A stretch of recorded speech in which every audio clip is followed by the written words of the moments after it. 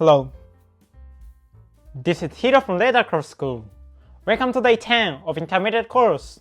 In the last lesson, we covered the most important basics of using edge creaser.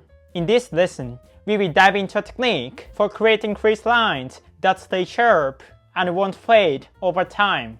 If you use edge creaser on vegetable tan leather without using any special technique, the crease line will start to fade away over time as you use the item. However, there is a method to create crease line that stay sharp and not gonna fade. That's what we'll be covering today. Let's dive in. The secret to create crease line that don't fade is something very simple: water. By using water and taking advantage of the plasticity of vegetable tan leather, you can make crease line that stay permanent.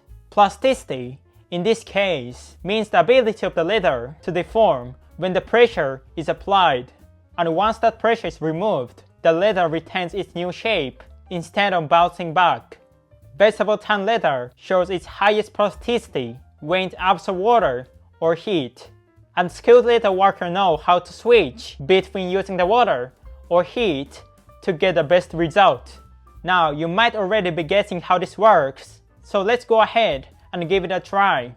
First, simply apply water along the edge where you will be creasing. You can use your finger or a brush, whatever is easiest for you, to lightly apply water to the edge. Then, use the form we practiced in the last lesson to make a crease line.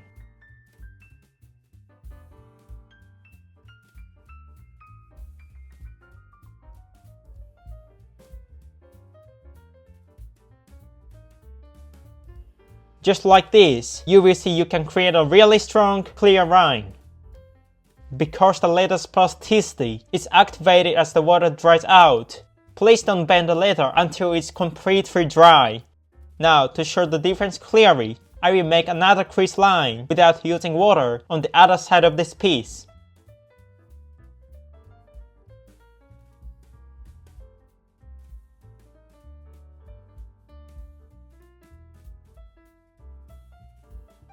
Let both sides dry for about 30 minutes and then check the result. Now the time has passed. Let's take a look. Let's test it by bending the leather piece strongly.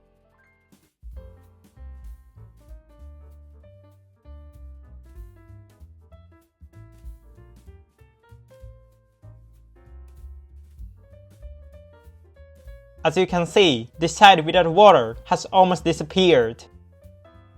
But the side where water was applied still holds a strong, beautiful crease even after heavy bending. That's all for today. How was the lesson? If you can master the both basic creasing form from the last lesson and today's water plasticity technique, you will be able to use your edge creaser confidently in your project. But there's still a lot more to explore with this tool. In the next lesson, we will take a step further by using a classic alcohol lamp technique to add heat and create even more permanent crease line. I hope you are looking forward to it. Thank you for watching until the end.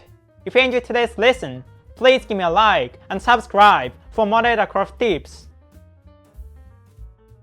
See you in the next lesson. Bye!